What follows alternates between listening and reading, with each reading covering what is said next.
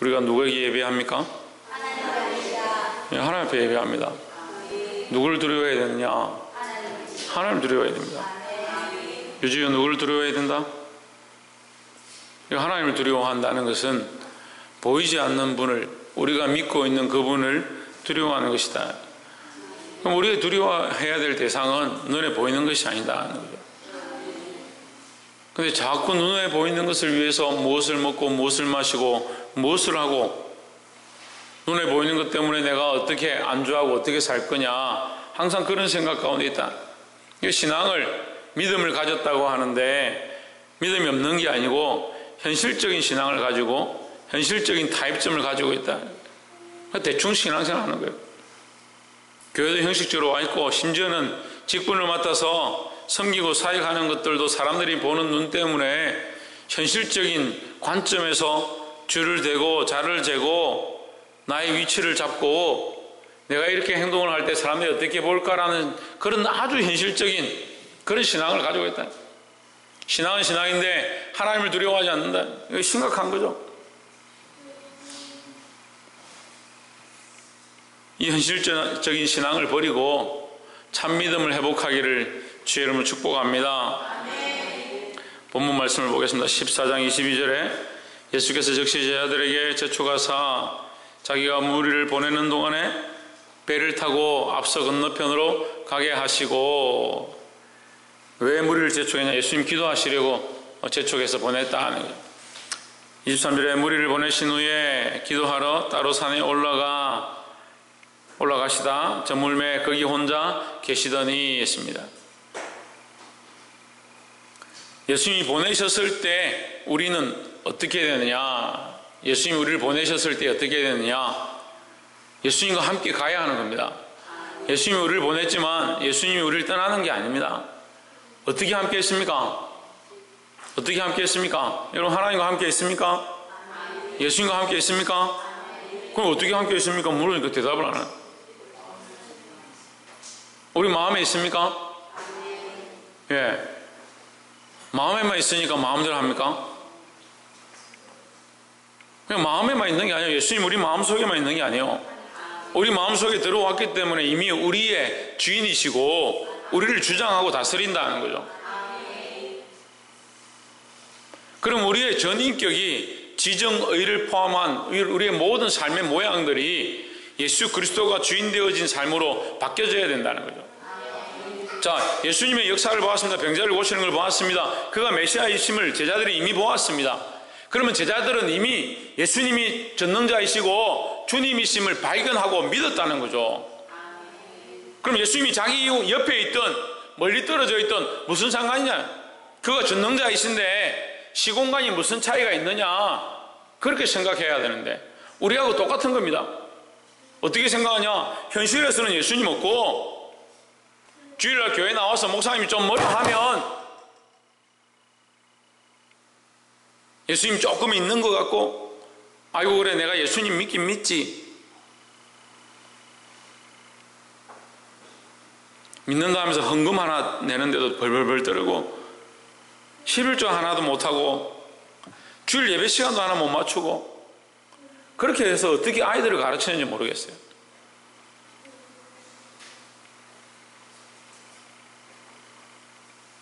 현실이 크냐 예수님이 크냐? 지훈아, 현실이 크냐 예수님이 크냐? 뻥치고 있네. 박이사, 현실이 크냐 예수님이 크냐? 뻥치고 있네.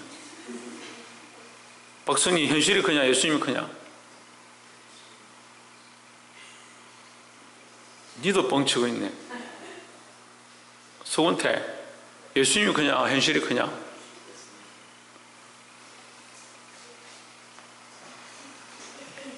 나는 믿어줄게.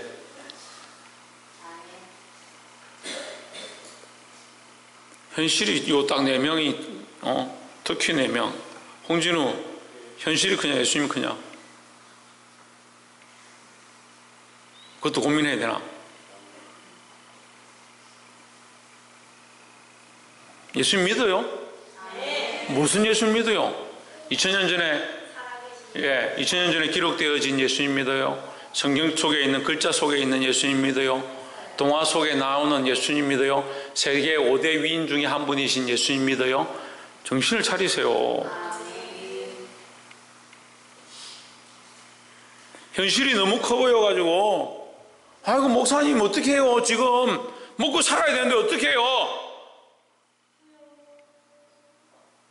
예수님이 이미 제자들에게 역사하시고 이미 제자들에게 놀라운 역사를 보여주셨고 그가 전능하신 하나님이심을 나타내셨는데 24절을 봅시다. 배가 이미 육지에서 수리나 떠나서 바람이 거스름으로 물결로 말미암아 고난을 당하더라 했습니다. 그들의 앞에 현실은 어떻느냐? 바람이 불고요. 바람 때문에 풍랑이 불고요. 풍랑 때문에 배가 흔들리고요. 배 때문에 마음이 흔들리고요.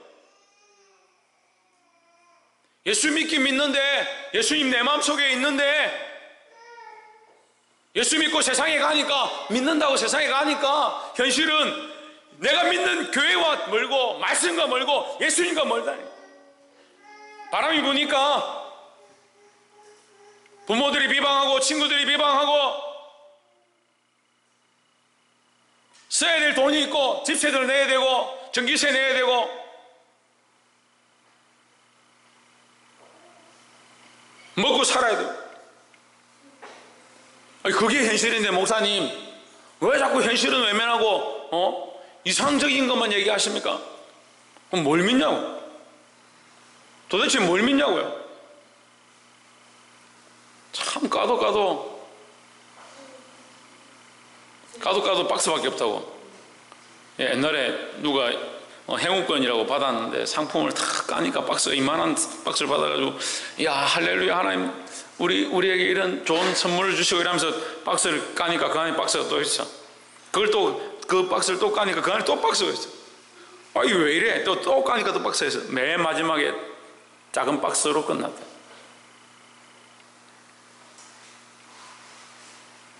까도 예수님이 나와야 되는데 까도 뭐가 나오냐? 현실이 나오고요. 까도 고민이 나오고요. 까도 괴로움이 나오고요.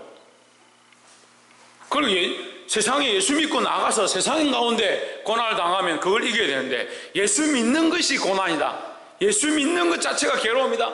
내 생각을 바꿔야 되고 내 안에 있는 것들을 타협하지 말아야 되니까 이게 힘든 거야.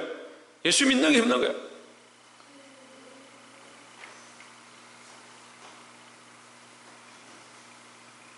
어제도 말씀 나눴지만 그 안에 뭐가 있느냐? 우리 마음속에 뭐가 있어서? 우리 속에 뭐가 있어서? 가시덤불이 있어서 우리 밭을 기경했는데 어제 예레미야 말씀을 통해서 우리가 나눴는데요. 우리가 밭을 기경했는데 라는 것은 우리가 예수를 믿기 시작했다, 하나님 앞에 나오기 시작했다라는 것이고, 기경했지만 여전히 너희는 어느 밭에다 씨를 뿌리냐? 가시덤불에 씨를 뿌린다. 가시덤불이 뭡니까? 우리 시합 비유에서 얘기하죠. 가시덤불이 뭐예요? 박필진 집사님, 가시덤불이 뭐예요? 네? 천정아 집사님, 가시덤불이 뭐예요? 김경 사모님, 가시덤불이 뭡니까? 예, 세상의 염려와 재리의 욕심이에요. 예? 세상을 사랑하는 것, 세상을 바라보았던 것, 현실을 안주했던 것, 그것들이 둘러싸고 싸매서 뭘 못한다? 결실치 못한다. 하나님 원하시는 열매를 맺으라고 예수 그리스도를 만나게 하셨고 예수 그리스도를 믿게 하셨고 그로 말미암아 구원을 허락하셨는데, 우리가 구원의 소망이 없고 자꾸 뭐하냐? 세상의 염려에 매어서, 죄리의 욕심에 매어서 하나님 원하시는 열매를 맺지 못한다. 박예훈 뭐하지 못한다? 무슨 열매? 하나님 기뻐하시는 열매를 맺지 못한다.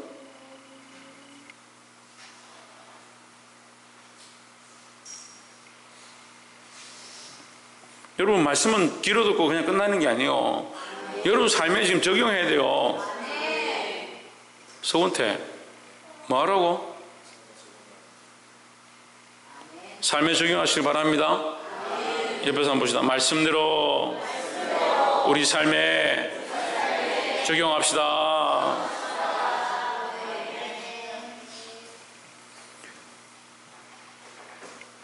자, 우리가 첫 번째 나누고 싶은 말씀은 예수님은 잘 보이지 않고 살기는 힘든 세상이다.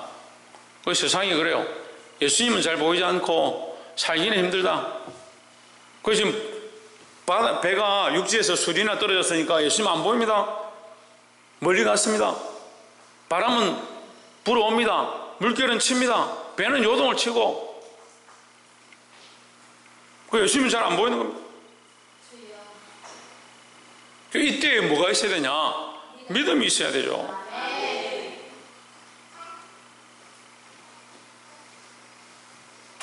현실에 주저앉지 말고 이 현실을 이기는 믿음을 가져야 된다는 거죠.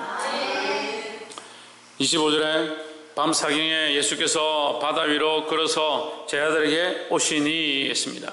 26절 제 아들이 그 바다 위로 걸어오심을 보고 놀라 유령이라 하며 무서워하며 소리 지르거늘.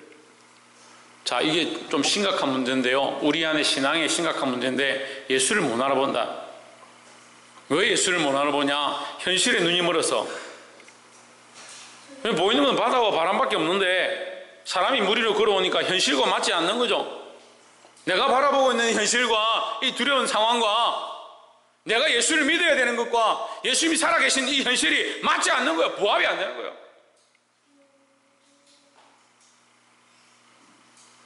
그러니까 어떻게 예수를 믿겠냐? 예수님이 우리에게 오셔도 말씀을 가르쳐줘도 어렵습니다. 이 말씀이 어떻게 우리가 이리대로 살겠습니까? 목사님 너무 강요하지 마십시오. 너무 억지로 가르치지 마십시오. 좀 뭐라 하지 마십시오.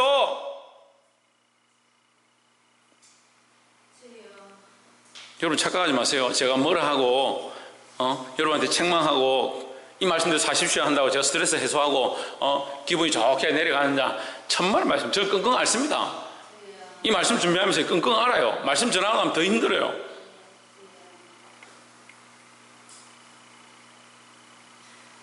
저도 어쩔 수 없는 죄인이고요. 저도 어쩔 수 없이 하나님 앞에 쓰임받는 자고요. 주께서 주신 말씀대로 선포할 뿐이에요. 여러분 듣기 좋고 나 말하기 좋고 그렇게 할 거면 이 교회가 있을 필요도 없고 그런 자격이 없어요. 그렇게 할 자격이 없다고요. 그렇게 만약에 한다면 그런 식으로 말을 한다면 아니에요. 하나님 주신 대로 말씀해야 돼요. 현실에 만족하고 현실에 보이는 대로 자꾸 쫓아가고 현실이 원하는 대로 들으니까 자기 귀에 듣기 좋은 말씀을 찾아가고 세상이 원하는 말들을 듣고 싶은 말을 해달라고 하는 거죠. 예수님 믿는다면서요. 현실보다 재물보다 예수님이 크다면서요. 그런데 왜 예수를 못 알아보냐? 왜 참 말씀을 못 알아보냐?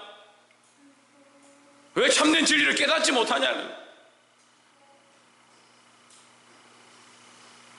세상에 기맞고 세상에 눈을 감아야 하는데 하나님의 말씀에 귀를 막고 하나님의 뜻에 눈을 감아버린 그런 악한 세대 가운데 살면서 정신을 차려야 됩니다. 우리가 여러분 이 제자들이 풍랑을 피해간다, 이 바다에 안 가면 된다, 이 배에 타지 않으면 된다, 그럴 수 없어요. 이미 예수를 믿었고 이미 하나님 나라를 향한 이 배에 탔습니다. 우리는 이미 선착했습니다. 우리가 가야 됩니다.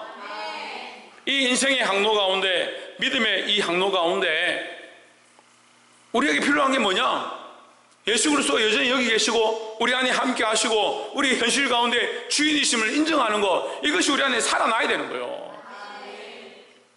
그러니까 심각한 병에 걸리면요, 예수님을 보고도 알지 못한다.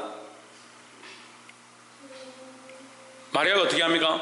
예수님을 그만큼 사랑하고 예수님을 그만큼 쫓아갔는데 예수님이 부활하셔서 옆에 서 있는데 동산직인 줄 알았다. 동산직인 줄.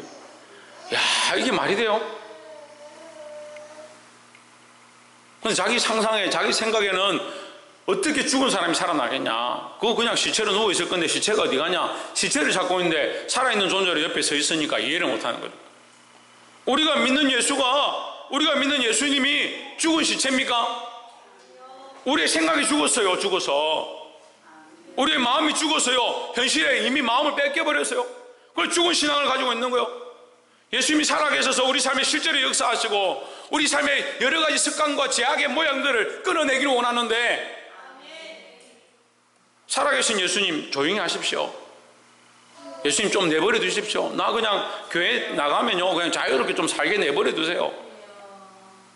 교회 와서 예배 드리는 것도 힘든데, 세상에 직장생활 하는 것도 스트레스인데 왜 예수님까지 나를 괴롭힙니까? 내 마음대로 살게 내버려 두세요. 그래 실컷 살고 주일에 와가지고 목사님 책망하면 또 책망하네. 오늘 좀 기분 좋게 왔는데 또 속상하네. 하나님은 일주일 내내 여러분 때문에 마음 아파요. 예? 저도 조금 이제 하나님 마음을 조금 안 알겠는데요, 일주일 내내 여러분 때문에 마음 아파요. 여러분을 위해서 일주일 내내 여기 무릎 꿇고 눈물을 흘려요. 이해가 안 되는 사람은 어쩔 수 없고, 현실을 보지 말고 예수님을 볼 수 있기를 주의 이름으로 축복합니다. 그래서 말씀 속에서 우리 삶 속에서 주님이 우리와 함께 하시는 것을 깨닫는 것이 축복이다라는 거죠. 27절에 예수께서 즉시 일러 이르시되 안심하라 내니 두려워 말라. 28절 베드로가 대답하여 이르되 주여 만일 주시거든 나를 명하사 무리로 오라 하소서. 베드로가 자신 있게 만일 주님이시면 저를 무리로 걸어오라 하십시오. 근데 여기 믿음도 있고 의심도 같이 있는 거예요. 우리 신앙이 믿음으로 쫓아가면 좋겠는데, 믿는다 하면서 의심하는 게 항상 이렇게 같이 있어요. 네, 믿는다 하면서 의심하는 게 같이 있는 거예요. 29절에 오라 하시니 베드로가 배에서 내려 무리로 걸어서 예수께로 가되 30절 바람을 보고 무서워 빠져가는지라 소리질러 이르되 주여 나를 구원하소서 하니 했습니다. 그나마 베드로에게 남아있는 게 뭐냐? 구원하소서. 구원이 어디에 있느냐? 주님께 있다. 그래서 주여 나를 구원하소서. 예수님 나를 구원해 주십시오. 그래도 구원이 예수님께 있다는 것을 알았다는 거죠. 그 하나가 그래도 은혜다라는 거예요. 여러분, 우리가 답답하고 둘러싸인 것 같고 사방으로 우겨싸임을 당한 것 같고 때로 믿음이 없어서 바닥에 내려간 것 같을지라도 끝까지 붙잡아야 될 것이 뭐냐? 예수 그리스도가 유일한 나의 구원이다라는 거예요.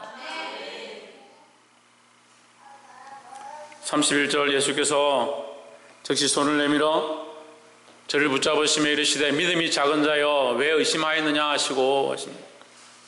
뭐 있느냐? 왜 의심하느냐? 여러분, 의심과 믿음은 같이 있을 수가 없습니다. 이 의심은 뭐냐면요, 현실이에요. 그럼 현실과 믿음은 같이 있을 수 없어요. 좀 어렵지만요, 현실과 믿음은 같이 있을 수가 없어요. 현실은 뭡니까? 보이는 겁니다. 그렇죠? 보이는 겁니다. 보이는 거.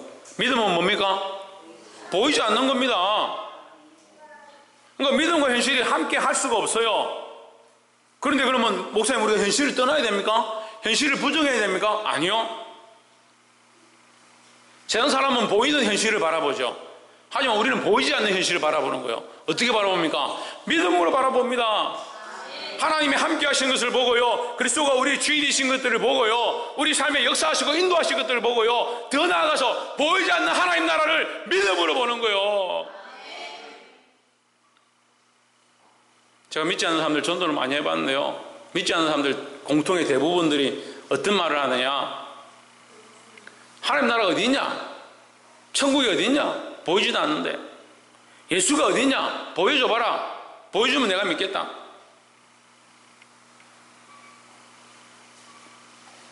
그러니까 계속 못 보죠.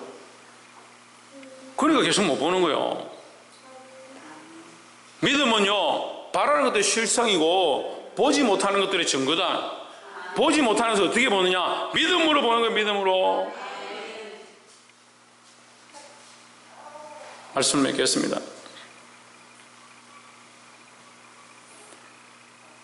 우리는 현실적인 삶에 사로잡혀서 현실을 너무 사랑하고 현실에 안주하다 보니까 타협점이 안 나온다. 아이고 예수님 타협하면 되죠. 타협을 안 해요. 예수님은 타협을 안 해요. 그러니까 우리가 타협이 안 되죠. 근데 우리는 어디 타협하냐? 예수님께 타협 안 하고 세상은 타협하기 좋거든. 그래서 세상과 타협하는 거예요. 오늘 아침에 북한하고 미국하고 이 협상이 결렬됐습니다. 타협이 안 돼요. 공산국가하고 자유국가하고 이게 어떻게 타협이 되겠습니까? 예수 그리스도를 믿는 것과 사단이 잡고 있는 이 세상의 원리와 어떻게 타협이 되겠습니까? 예수 그리스도를 믿음으로 이 세상의 원리들을 깨부수고 믿음으로 이 현실들을 거슬러 올라가고 이 세상을 변화시키는 삶을 살아야지. 자꾸 현실을 끌고 와서 교회를 바꾸려고 하고 예수님을 바꾸려고 하고 내 자신의 타협되어진 모습들로 자꾸 살아가고 그게 신앙인 줄 착각하는 거예요. 예수님을 붙잡으십시오. 세상이 원하는 거 붙잡지 말고 믿음으로 예수님을 붙잡고 보이지 않고 잡히지 않지만 믿음으로 그를 붙잡을 때 주께서 구원하신 역사를 경험할 줄 믿습니다. 기도하겠습니다.